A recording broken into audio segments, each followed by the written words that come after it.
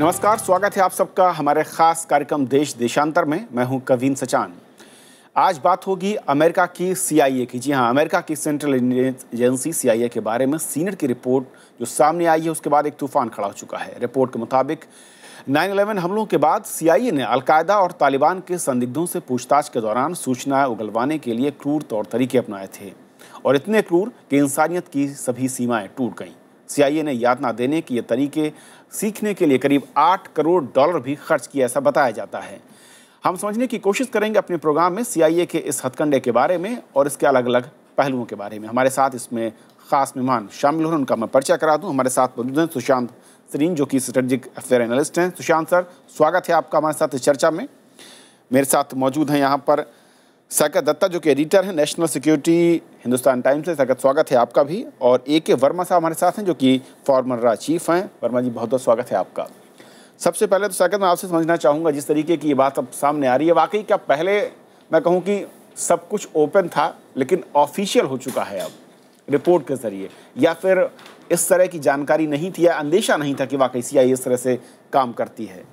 नहीं, अगर आप देखें तो इतना डिटेल में किसी को नहीं पता था, और इस तरीके के टॉर्चर मेथड यूज़ किए गए हैं और इस गहराई तक इन्वेस्टिगेशन हुआ है। और दूसरा सबसे बड़ा जो महत्वपूर्ण पहलू है कि इस टॉर्चर मेथड्स के बावजूद क्या आपको वैसा इंटेलिजेंस मिला जो आपको चाहिए था। इस रिपोर्ट के ज़रिए हमें यह भी पता चला है कि जिस तरीके का इंटेलिजेंस चाहिए था उतना इंटेलिजेंस मिला भी नहीं, जबकि उन्होंने इतना सारा टॉर्चरस मेथड्स उन्होंने यूज़ किए थे।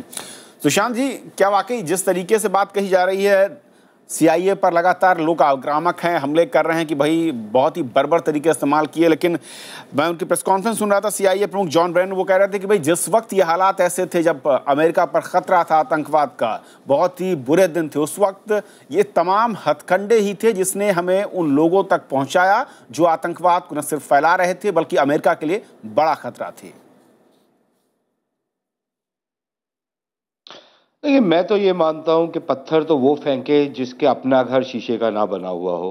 अब हमारे यहाँ पर या पाकिस्तान में जो दहशतगर्द तंजीमें हैं, जैसे जमाते इस्लामी वगैरह हुए हैं, और या जमातुद दावा टाइप की जो दहशतगर्द तंजीमें हैं, या आईसिस, जब ये अमेरिका की आलोचना करती हैं कि इन्होंने यातनाएं दी लोगों की, तो मुझे तो फिर हंसी आती है कि क्या कौन किसको आरोप लगा रहा है। तो पहली बात तो ये है, ये दुरुस्त है कि अमेरिका ने इस तरह की चीज़ें की, और जिस तरह की वो मानवाधिकार की बातें करता है, तो अंग्रेजी का जो फ्रेज है कि they have been hoist on their own petard, तो वो भी हुआ है।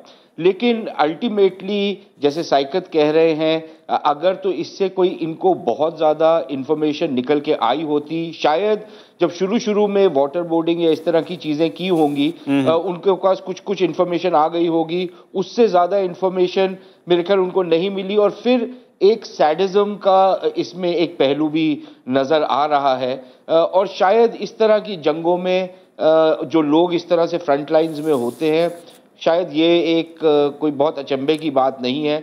लेकिन अमेरिका के लिए शौक इस बात का है कि वो दुनिया भर को तो दुहाई देता था, लेकिन उन्होंने भी वही सारी चीज़ें की जो हमारे देशों में होता है। बाकी भारत के किसी भी पुलिस थाने में चले जाएं तो इसी तरह की यातनाएं दी जाती हैं। शायद इतनी साइंटिफिक नहीं होती होंगी, लेकिन यातनाएं तो हर थाने में यहाँ पर दी जाती हैं, तो इसमें कौन सी बड़ी बात? कोई नई बात नहीं आप करें।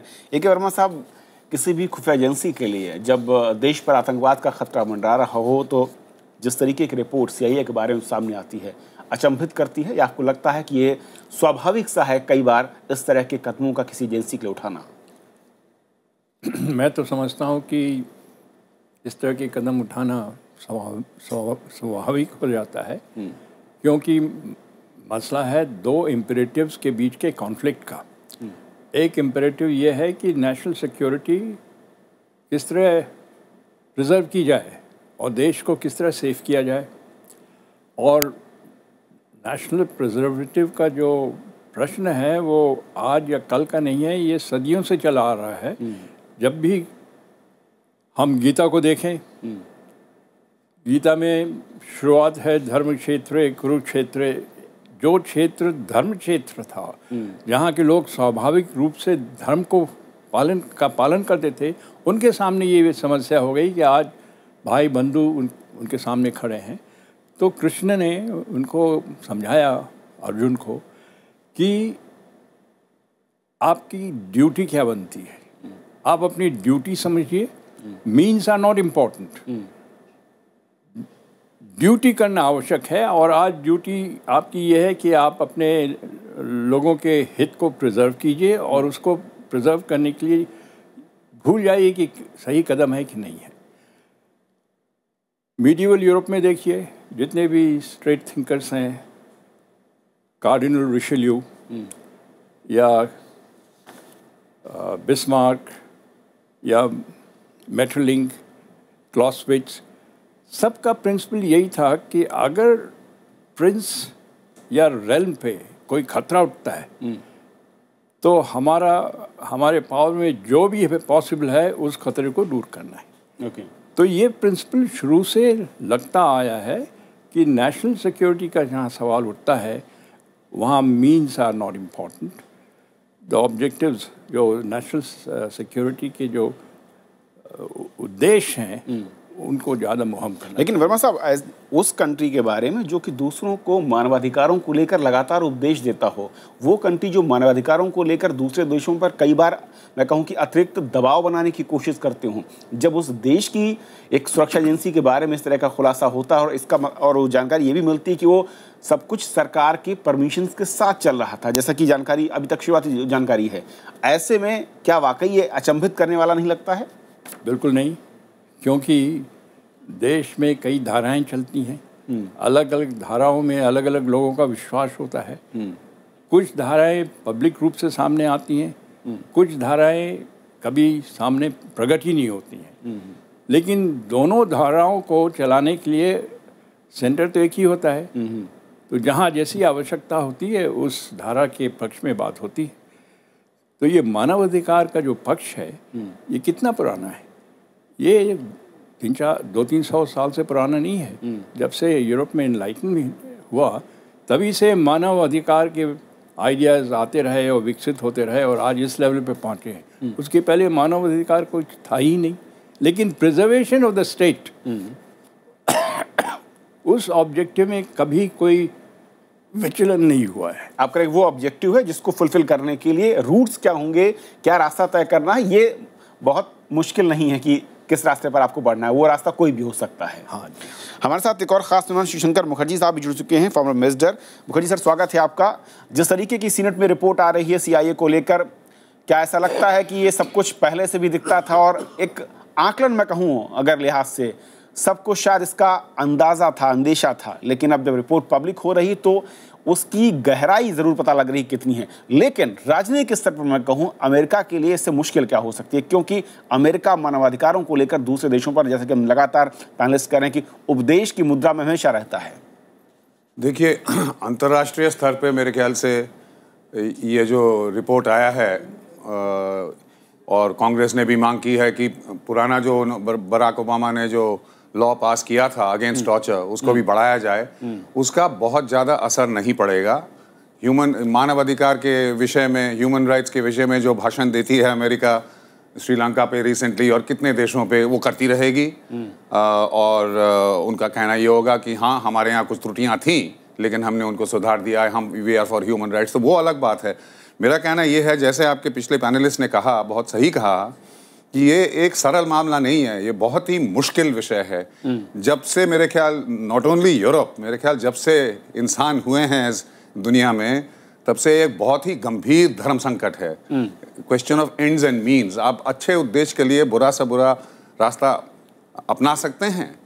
आप अपने नेशनल सिक्योरिटी के लिए, राष्ट्र हित के लिए, अगर आपने एक टेररिस्ट को पकड़ा जिसके पास मालूमात है, आप जानते हैं कि उसके पास मालूमात है कि मुंबई जैसा अटैक दिल्ली में होने वाला है, शायद उससे भी खतरनाक होने वाला है, तो आप टॉर्चर यूज़ करेंगे या नहीं यूज़ करेंगे? ये डिलेमा है, ये डिलेमा। और नेशनल सिक्योरिटी के उसमें के पैरामीटर्स में हर एक देश उसी तरफ मेरे ख्याल कदम लेता है जिस तरफ नेशनल सिक्योरिटी उनकी बनी रहे। The ends therefore justify the means। एक बहुत बड़े महान जज थे अमेरिका में, उन्होंने कहा था कि अगर कोई पकड़ा जाए जिसके पास मालूमात है कि टाइम स्क्वायर में न्यूक्लियर बॉम्ब एक टेररिस्ट फटाने वाला है, तो उसको टॉर्चर करने का सरकार का हक ही नहीं, ड्यूटी है। तो ये बड़ा धर्म संकट का मामला है, बहुत ही बिल्कुल डिफिकल्ट मामला है। आपने वर्ड यूज किया धर्म संकट, मैं उसकी तरफ भी जाना चाहूंगा, क्योंकि जो CIA प्रमुख उन्होंने ये भी कहा है सगत कि ये बता पाना भी मुश्किल है कि इन तरीकों से, टॉर्चर के इन तरीकों से वाकई हमें कोई जानकारी मिली भी या उतनी अहम जानकारियां मिली जिनका हमने सही से इस्तेमाल किया। यानी उनके सामने भी एक धर्म संकट ये भी है। और ऐसे में ये वाकई क्या ये कहा जा सकता है, जो कि वर्मा साहब भी कह रहे हैं, मुखर्जी साहब भी कह रहे हैं, कि जब राष्ट्रीय सुरक्षा का मसला हो, ऐसे में तौर तरीकों पर चर्चा या तौर तरीकों की मैं कहूँ कि दिशा के बारे में शायद सोचना भी बेमानी है। देखिए, जो फैक्ट्स हमारे सामने आए हैं उनको एक एक करके हम लोग एग्जामिन करते हैं। ब्रेनन साहब जो CIA के डायरेक्टर थे और उन्होंने जो कुछ भी कहा है इसको बड़े गौर तरीके से एनालाइज किया गया है, और कई बार निकला है कि कई बार वो झूठ पे झूठ बोल रहे थे, और जो क्लेम्स उन्होंने कहा है उसका कोई ऐसा तत्व नहीं है जिसको वो उनके क्लेम्स को सपोर्ट कर सके। दूसरी बात, सेनेट कमेटी जो इन्वेस्टिगेशन कर रही थी, 60 लाख खुफिया कागज़ों के जरिए उन्होंने सारा इन्वेस्टिगेशन किया, 6 मिलियन डॉक्यूमेंट्स। तो इतने सारे डॉक्यूमेंट्स में उनको जो मिला कि जितने भी इनके क्लेम्स थे कि इस टॉर्चर से हमें ये इन्फॉर्मेशन मिला जिससे हम इसको पकड़ पाए या इस चीज़ को प्रिवेंट कर सके, एक भी तत्व इनके सामने सही नहीं आया। तो यानी कि CIA के तौर तरीकों में कुछ हद तक फंडामेंटल कुछ गलतियां हो रही थी, जिसके वजह से वो ये सब तौर तरीके अपना तो रहे थे, बट जो उनको चाहिए था वो मिल नहीं रहा था, यानी कि रिजल्ट ओरिएंटेड नहीं थे, आप ये कर रहे हैं। ये भी था, और ज़्यादा से ज़्यादा आजकल जो भी मिल रहा है उनको टेक्निकल इंटेलिजेंस के जरिए मिला। तो ये बहुत अहम बात। सुशांत जी, जो सकत करें कि टेक्निकल इंटेलिजेंस का सहारा ही असल में सही दिशा देता है और मैं कहूं कि लक्ष्य तक पहुंचाता है एजेंसियों को, ना कि इस तरह के तौर तरीके। और उनका इशारा इस तरफ भी है सकत का कि जब इन्वेस्टिगेट किया गया और जो दलीलें CIA की ओर से दी गई थी, जो डॉक्यूमेंट्स देखे गए, उनमें कई बार यानी कि एक बड़ा हिस्सा है जहां पर उनकी दलीलें थोथी, खोखली या झूठी साबित हुई हैं। नहीं, देखिए, ये सारा कुछ आया है और अभी तक मेरे ख्याल किसी ने भी ना तो वो 6,000 पन्नों की मेरे ख्याल टोटल रिपोर्ट है, जिसमें से सिर्फ 500 पन्ने उन्होंने रिलीज़ किए हैं, तो वो पूरी तरीके से वो रिपोर्ट भी नहीं आई हमारे सामने। लेकिन सिर्फ टेक्निकल इंटेलिजेंस के ऊपर आप डिपेंड करके अगर आप ये समझते हैं कि आप इस तरह का युद्ध लड़ सकते हैं तो आप नहीं लड़ सकते। लेकिन मैं एक दो और चीज़ें आपसे अर्ज़ करूं। देखिए, ये जो रिपोर्ट है ये अमेरिका में ही उन्हीं की जो प्रक्रिया है उसी के थ्रू ये रिपोर्ट आई है। तो मेरे ख्याल अमेरिका का यहाँ तक तो आपको सराहना करनी पड़ेगी कि इस तरह की पारदर्शिता जो उन्होंने दिखाई, शायद कम ही मुल्क हैं जो इस तरह की पारदर्शिता दिखाते हैं। दूसरी चीज़ जो मेरे लिहाज से बहुत क्लियरली आ रही है कि किसी भी इनोसेंट आदमी को आपने इस तरह की यातनाएं नहीं दी। ये सारे के सारे नोटोरियस टेररिस्ट थे, चाहे वो खालिद शेख मोहम्मद हो, अबू जुबैदा हो या जितने भी ये लोग हों। तीसरी चीज़ जो मेरे सामने है वो ये है कि आप इसकी तुलना करें कि जो अमेरिका ने किया कि एक टेररिस्ट को अगर आपने 5 दिन सोने नहीं दिया या आपने अगर वो भूख हड़ताल कर रहा है आपने उसकी एनल फीडिंग की, अब इसकी कंपैरिजन करिए कि जिस तरह की यातनाएं या जिस तरह की बर्बरता हम बाकी लोगों से देखते हैं जिनके खिलाफ ये युद्ध लड़ रहे हैं, तो मेरे ख्याल वो कोई कंपैरिजन ही नहीं है। तो एक पर्सपेक्टिव में इसको देखा जाए और अगर आप जैसे, और जहां तक साइकत की बात है मैं बिल्कुल सहमत हूं कि इसकी यूटिलिटी कितनी है। जैसे मुखर्जी साहब कह रहे हैं कि अगर आपको अंदेशा है और आपको यकीन है कि किसी आदमी को पता है किसी बड़े हमले के बारे में या कहीं पे एक बम रखा हुआ है जिससे सैकड़ों आदमी मर सकते हैं, तो आप किसी भी हद तक जा सकते हैं उससे वो इंफॉर्मेशन उगलवाने के लिए। लेकिन उसकी यूटिलिटी कितनी है, क्या आपको एक्चुअली पता है, नहीं पता, क्या टेक्निक्स यूज करने चाहिए, ये एक अलग बहस हो जाती है। मैं नहीं मानता कि सारी की सारी जो चीजें हुई वो मैलाफाइड थी और या सारी की सारी जो चीजें हुई वो बोनाफाइड थी। असलियत शायद बीच में कहीं पे होगी। बीच में कहीं। मैं एक और CIA के जो डिप्टी डायरेक्टर रह चुके हैं जॉन मैक्लॉफ्लिन, उन्होंने कहा कि वाटर बोर्डिंग के जरिए जो मास्टरमाइंड था ग्वाटेमाला जेल में खालिद शेख मोहम्मद, वो सिर्फ टॉर्चर के ही चलते अमेरिका के सलाहकार बनने को तैयार हुए थे और इन्फॉर्मेशन दिए थे। लेकिन सकत वाकई ये जो सवाल है कि क्या इन टेक्निक्स के जरिए, जिन बर्बर तकनीकियों का आप सहारा लेकर, और जिसका सरीन साहब की कह रहे हैं कि ये दुनिया के कई देशों में स्थानीय पुलिस भी इस तरह के तरीके अपनाती है, लेकिन जो वर्मा जी का जिक्र है कि असल में जब राष्ट्रीय सुरक्षा का जुड़ा हो, और जिसकी तरफ सीआईए के कई अधिकारियों ने कहा भी कि जिस वक्त ये हमले हुए देश में और ख़तरा बढ़ रहा था आतंकवाद का, ऐसे में हमारे लिए ये मुश्किल था कि हम किस रास्ते पर चलें, बल्कि हमारे लिए लक्ष्य ये था कि कैसे हम उन हमलों को रोकने के लिए आगे बढ़ें और मास्टरमाइंड को पकड़ें। देखिए, एक क्लैरिफिकेशन, मैं ये नहीं कहता कि सिर्फ टेक्निकल इंटेलिजेंस से ही इनको ज़्यादा भरोसा उस पर कर सकते हैं। नहीं, मैं वो भी नहीं कह रहा। मैं कह रहा हूँ कि अभी तक हमारे सामने जो तत्व आए हैं और हमारे सामने जो एविडेंस है, उससे ये लगता है और ये पता लगता है कि टेक्निकल इंटेलिजेंस से ज़्यादा फायदे मिला। पर अगर आप इंटेलिजेंस में देखें तो ह्यूमन इंटेलिजेंस से बेहतर कुछ नहीं हो सकता। जहाँ तक टॉर्चर की बात है, वहाँ ह्यूमन इंटेलिजेंस का ज़्यादा कोई रोल नहीं है। टॉर्चर है किसी से ज़बरदस्ती कुछ उगलवाना। और जॉन मैक्लाफ्लिन जिनकी बात आप कर रहे हैं, उनके जो डिप्टी डायरेक्टर, मैं उनसे मिल चुका हूँ, कई बार उनसे इन चीज़ों पे डिस्कशन कर चुका हूँ।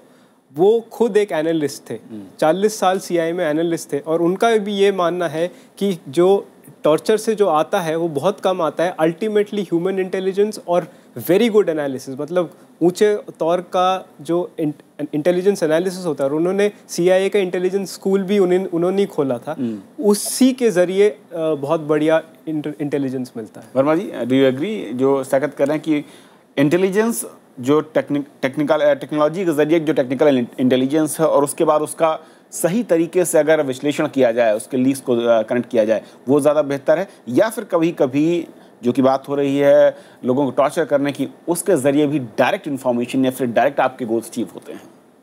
टेक्निकल इंटेलिजेंस का महत्व तो बहुत है, लेकिन वो उसकी क्षमता की भी लिमिट्स होती हैं। उसके बियॉन्ड वो नहीं जा सकते हैं। उसके बियॉन्ड जाना है तो आपको ह्यूमन इंटेलिजेंस का प्रयोग करना चाहिए, जो बड़ा मुश्किल काम होता है। ह्यूमन एजेंट्स क्रिएट करना, पैदा करना, इससे ज़्यादा मुश्किल इंटेलिजेंस में और कोई काम नहीं होता है। अगर आपके पास ह्यूमन इंटेलिजेंस नहीं है तो फिर क्या करेंगे आप? फिर नेक्स्ट टू दैट, जो आपके पास लोग आपकी कस्टडी में हैं, जिनके व्यवहार से या जिनके बैकग्राउंड से या जिनके पुराने कारनामों से लगता है कि इनको कुछ जानकारी होगी, उनसे वो जानकारी हासिल करने का कोई तरीका निकालना चाहिए। इंट्रोगेशन हो, टॉर्चर हो, जो भी हो। हम इसको इस तरह भी देखें कि ये जो उन्होंने हरकतें की ग्वाटेमाला में, उसका क्या महत्व है? उसका महत्व वही है जो ये रिपोर्ट दर्शाती है कि उससे ज़्यादा है। अगर दूसरे पहलू से देखें तो अमेरिका में 9/11 के बाद ऐसी कोई घटना नहीं हुई, जबकि यूरोप में हुई, कई देशों में हुई, अमेरिका में नहीं हुई। क्यों नहीं हुई? मैं समझता हूँ इसलिए नहीं हुई कि उन्होंने किसी भी तरीके को हाथ में लेने से ना नहीं किया। जो मौका मिला उसका उन्होंने पूरा इस्तेमाल किया। ठीक है, कुछ कोलैटरल डैमेज हो गया। अब लॉज ऑफ द वॉर में क्या होता है कि एक हवाई जहाज जाके बम गिराता है और उसमें कई इनोसेंट आदमी मर जाते हैं, लेकिन वो क्राइम नहीं माना जाता क्योंकि एक law of Wars internationally accepted है। सो टॉर्चर के बारे में कोई इंटरनेशनली एक्सेप्टेड लॉ नहीं है, आप करें कि लेकिन कोलैटरल डैमेज वो होगा। और अगर होता है तो हमें समझना चाहिए कि ये होने वाला है। सगत, आप कुछ कहना चाह रहे हैं? मैं बस इतना कहना चाहता हूँ कि ये जो कंपैरिजन किया जाता है कि अमेरिका के ऊपर कोई हमला नहीं हुआ, ये एक गलत कंपैरिजन है। फैक्चुअली अगर आप देखें, अमेरिका पे हमला हुआ है, ये और बात है कि वो सक्सेसफुल नहीं है। जैसे टाइम्स स्क्वायर में बॉम्बिंग की अटेम्प्ट एक पाकिस्तानी ओरिजिन के अमेरिकन ने कोशिश किया था। उसके बाद अगर आप देखें, एक अफ्रीकन इंडिविजुअल थे जो एयरक्राफ्ट में अंडरवेयर बॉम्ब लेके जा रहे थे। तो ऐसे कई हुए हैं। और अमेरिका जो है, जो हमारे जो कॉम्प्लेक्सिटीज़ हैं, जैसे इंडिया, हमारे एक साइड पे पाकिस्तान, उनका जो स्टेट स्पॉन्सरशिप होता है ऑफ टेररिज्म, अमेरिका को ये सब चीज़ें कभी फेस नहीं करना पड़ा। तो इसलिए बाउंड्री और सराउंडिंग्स उनकी सेफ है। तो इसलिए कंपैरिजन करना गलत होगा। बट उसके बावजूद अगर हम देखें, इंडिया का जो रिकॉर्ड है ऑफ फाइटिंग टेररिज्म, एक तरीके से it is much better than even America. जी, मुखर्जी साहब, जो वर्मा साहब करते हैं, वाकई क्या यही है कि जब आपके पास दूसरे इनपुट्स इंटेलिजेंस के ख़त्म हो जाते हैं और उसके बाद फिर आपके पास रास्ता सिर्फ वही बचता है कि जो आपके पास गिरफ्तार या संदिग्ध लोग हैं, उनके ज़रिए ही आप इंफॉर्मेशन कलेक्ट करें और उस टारगेट तक पहुँचें? और शायद यही CIA की स्टाइल रही 9/11 के बाद। जी देखिए, एक लेवल पे तो मॉरल स्टैंडर्ड्स हैं, कोई टॉर्चर को सपोर्ट नहीं करेगा, इट्स लाइक मदरहुड। स्पाइंग कोई सपोर्ट नहीं करेगा, बट एवरी नेशन स्पाइज, हर एक, और अपने दोस्तों पे भी स्पाई करते हैं, जैसे कि रिसेंटली लास्ट ईयर अमेरिका का भी वो जो आरोप लगा था, spying on European leaders including on the Indian embassy. ये रियलिटी ये है कि ये राष्ट्रीय, मैं अब सिर्फ रियलिटी की बात कर रहा हूँ। रियलिटी ये है कि नेशनल सिक्योरिटी के लिए, राष्ट्रीय सुरक्षा के लिए देश ये करेंगे, करते रहे हैं और करेंगे, क्योंकि सिक्योरिटी का जो मेन फंडामेंटल इशू है उस पे कॉम्प्रोमाइज़ नहीं हो सकता, और ना ही कोई देश, तकरीबन कोई भी देश नहीं करेगा। तो वो UN ह्यूमन राइट्स कमीशन में जो भी बोलें, आरोप जो भी लगाएं ह्यूमन राइट्स के बारे में, लेकिन ये सही है। जैसे आपके पैनलिस्ट ने बोला कि CIA ने झूठ बोला, नेशनल सिक्योरिटी के ऊपर सभी लोग सभी नेशन झूठ बोलेंगे अगर ज़रूरत पड़े तो। जैसे चर्चिल ने कहा था, in times of war the truth must often be accompanied by bodyguard of lies. ये भी है। तो इसमें जो मैंने धर्म संकट की बात की थी वो यह है कि कहाँ तक ले जाएंगे। For instance in India, confession जो होता है किसी एक्यूज का, वो कोर्ट एक्सेप्ट ही नहीं करती, क्योंकि एक इतना रूटीन बन गया था। ये लाई डिटेक्टर नहीं है, एक लाठी लेके कन्फेशन उगलवाना, कि unless you make it in front of a magistrate, कानून के हिसाब से अदालत में आप पेश ही नहीं कर सकते ये। तो इसलिए मैं ये कह रहा हूँ कि ये जो फंडामेंटल क्वेश्चन है नेशनल सिक्योरिटी का, ये लॉज बनाना, दिखाना दुनिया को कि हम इसके खिलाफ हैं और हम टॉर्चर का इस्तेमाल कभी नहीं करेंगे, ये कहने की बातें हैं और ये उद्देश्य अच्छा है, लेकिन प्रॉब्लम ये नहीं है। प्रॉब्लम ये है कि ये तो होगा ही। आप करेंगे उद्देश्य अच्छा है, लेकिन जब राष्ट्रीय सुरक्षा की बात एंड्स एंड मीन्स, तो ये मीन्स अडॉप्ट किए जाएंगे। ज़्यादा से ज़्यादा कुछ पैराडाइम्स हो सकते हैं, कुछ रूल्स हो सकते हैं कि इस हद तक और इसके आगे नहीं, लेकिन वो भी बड़ा मुश्किल है। मुश्किल कहते हैं क्विस कस्टोडियट इप्सोस कस्टोडियत, लाइन को खींचना मुश्किल है कि आप किस सीमा तक जाएंगे, कौन चौकीदारी करेगा, किस सीमा तक जाएंगे और किससे आगे आप नहीं जाएंगे। सुशांत जी, वाकई यही एक सच है इसका पूरा, कि आप एक लाइन ड्रॉ करते हैं, आप कहते भी हैं, लेकिन उस लाइन को कब पार करना या नहीं करना है, ये शायद हालात तय करेंगे, हम और आप नहीं। बेशक, देखिए अभी बात हुई थी इंटेलिजेंस की कि आपको टेक्निकल और ह्यूमन इंटेलिजेंस। अब सपोजिंग टेक्निकल और ह्यूमन इंटेलिजेंस से मुझे ये पता लग जाता है कि मेरे मित्र साइकत दत्ता ने कहीं पे बॉम्ब लगाया हुआ है। अब मैं साइकत दत्ता को हिरासत में ले लेता हूँ और इनसे जब, लेकिन ये बताते नहीं है, तो फिर मैं को कुछ तो करना पड़ेगा ना ये पता करने के लिए कि इन्होंने अगर एक बम रखा है तो कहाँ पर रखा है, कैसे रखा है, और मैं कब तक वो फटने की आशंका है, वगैरह वगैरह। तो मुझे फिर जो कुछ मेरे बस में होगा मैं वो करूँगा इनसे वो सच उगलवाने के लिए। बाकी जो मुखर्जी साहब कह रहे हैं ये बात बिल्कुल दुरुस्त है। ये बात होगी रुसवाई की, लेकिन बात सच है। और ये सारे देश करते हैं, भारत भी करता है, और अगर भारत नहीं करता तो फिर भारत को देश रहने का कोई अधिकार ही नहीं है, क्योंकि कोई भी सीरियस देश जो है वो इस तरह की चीज़ों के बिना अपना जो राष्ट्रीय उद्देश्य है उनको प्राप्त कर ही नहीं सकता। अगर आप ये कहें कि हम लोग पाकिस्तान के ऊपर स्पाइंग नहीं करेंगे, जैसे एक ज़माने में मोरारजी देसाई ने कहा था कि बड़ी इमोरल चीज़ है, तो उसके बाद आपने अपने सारे एसेट्स जो थे वहाँ पर बर्बाद कर लिए थे, और फिर उसका जो खामियाजा है वो आज तक आप भरते आ रहे हैं। तो इस तरह की जो चीज़ें होती हैं ये मंजर आम पर नहीं आनी चाहिए। और अमेरिका को अगर किसी तरीके से आप सराहना तो कर सकते हैं कि उन्होंने इस तरह की रिपोर्ट निकाली, लेकिन इसका खामियाजा भी उनको भरना पड़ेगा, क्योंकि एक तरफ उनके जो सैनिक हैं जो फ्रंट लाइंस पे हैं, चाहे वो इंटेलिजेंस कम्युनिटी के हों या मिलिट्री के हों, वो भी शायद हताश होंगे, और दूसरी तरफ आपको ये प्रॉब्लम रहेगी कि आपको जिस तरह की इंफॉर्मेशन या जिस तरह की चीज़ों करने की ज़रूरत थी आप वो नहीं कर पाएंगे। और फाइनली ये चीज़ें होंगी, लेकिन आइडियली ये कभी मंजर आम पर नहीं आती। अभी तक यही होता था, लेकिन अमेरिका बहादुर में ये भी अब एक चीज़ आ गई है कि अगर किसी को यातनाएं दें तो जब तक उसको सोशल मीडिया पे अपलोड ना करें तब तक आपको चैन नहीं आता।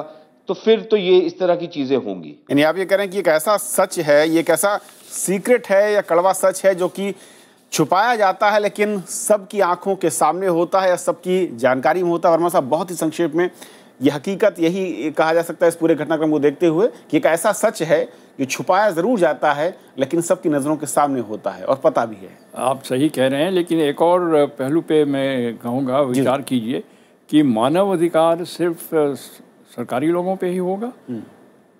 जो लोग मानव अधिकारों को तोड़ते हैं और जिनको रोकने के लिए पुलिस या इस तरह की संस्थाएं काम करती हैं,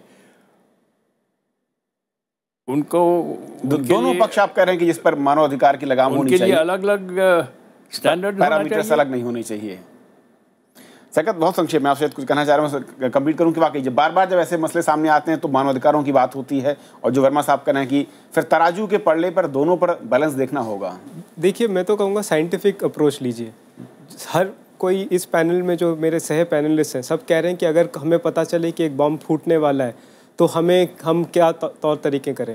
इस रिपोर्ट के ज़रिए हमें पता चला है कि ऐसा कोई सिचुएशन उठा ही नहीं कि बम फटने वाला था इसलिए टॉर्चर का इस्तेमाल किया। वो टॉर्चर का इस्तेमाल कर रहे थे क्योंकि इनके पास और कोई वो नहीं था पता करने के लिए साथी कौन है, ये बाकी लोग कौन है, और उससे भी इनको कुछ मिला नहीं। तो बेसिकली एक ही स्टैंडर्ड होना चाहिए कि एफिशिएंसी किस में है। अगर आपको टॉर्चर से कुछ मिलता है तो आप टॉर्चर का इस्तेमाल कीजिए, पर अगर आपको दिख रहा है कि कुछ मिल नहीं रहा फिर आप टाइम वेस्ट कर रहे हैं, और उस बात पे रहना चाहिए। चलिए, बहुत बहुत शुक्रिया आप चारों मेहमानों का हमारे साथ इस बहुत ही अहम मसले पर अपने विचार रखने के लिए। तो देश देशांतर में फिलहाल इतना ही। आप बने रहिए राज्यसभा टीवी के साथ।